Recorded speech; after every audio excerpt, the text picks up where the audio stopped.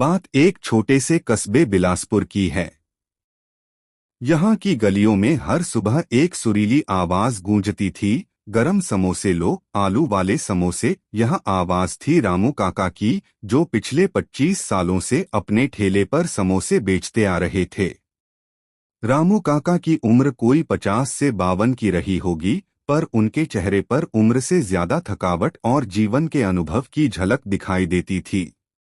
उन्होंने जिंदगी में बहुत कुछ सहा था। कभी वे एक कारखाने में मजदूरी करते थे, लेकिन जब वह बंद हो गया तो घर चलाना मुश्किल हो गया। 3 बच्चों, एक बीमार पत्नी और बूढ़ी मां की जिम्मेदारी उनके कंधों पर थी। शुरुआत की कठिन राह। एक दिन उन्होंने फैसला किया, अब दूसरों के भरोसे नहीं रहूंगा। जो भी होगा खुद ही करूंगा। लेकिन क्या किया जाए? उनके पास न डिग्री थी, न कोई हुनर, बस एक चीज थी, उनकी माँ के हाथों की बनी समोसे की रेसिपी, जो मोहल्ले में सबको पसंद आती थी। उन्होंने अपनी सारी बचत, लगभग 1500 रुपए से आटा, आलू, तेल और एक पुराना ठेला खरीदा। और अगली सुबह से ही वह अपने घर के बाहर समोसे तलने लगे। शुरू में लोग हिचकिचाए, लेकिन जैसे ही उन्होंने पहला निवाला लिया, सब बोल उठे, वाह रामू, ऐसा स्वाद पहले कभी नहीं चखा। धीरे धीरे बढ़ता काम।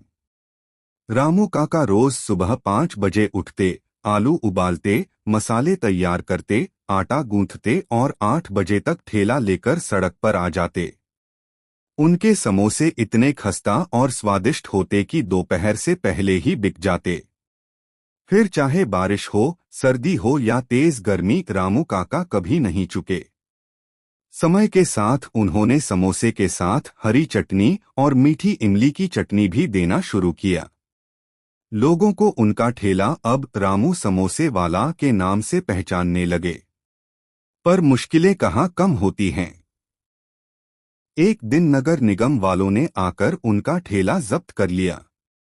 कहा गया कि सड़क पर अतिक्रमण कर रहे हैं। रामू काका टूट से गए। घर पर राशन नहीं था, पत्नी की दवा भी खत्म हो गई थी। तभी उनकी मदद को आए उनके कुछ ग्राहक, स्कूल के शिक्षक, बैंक में काम करने वाला रमेश और बगल की किराना दुकान वाला सलीम।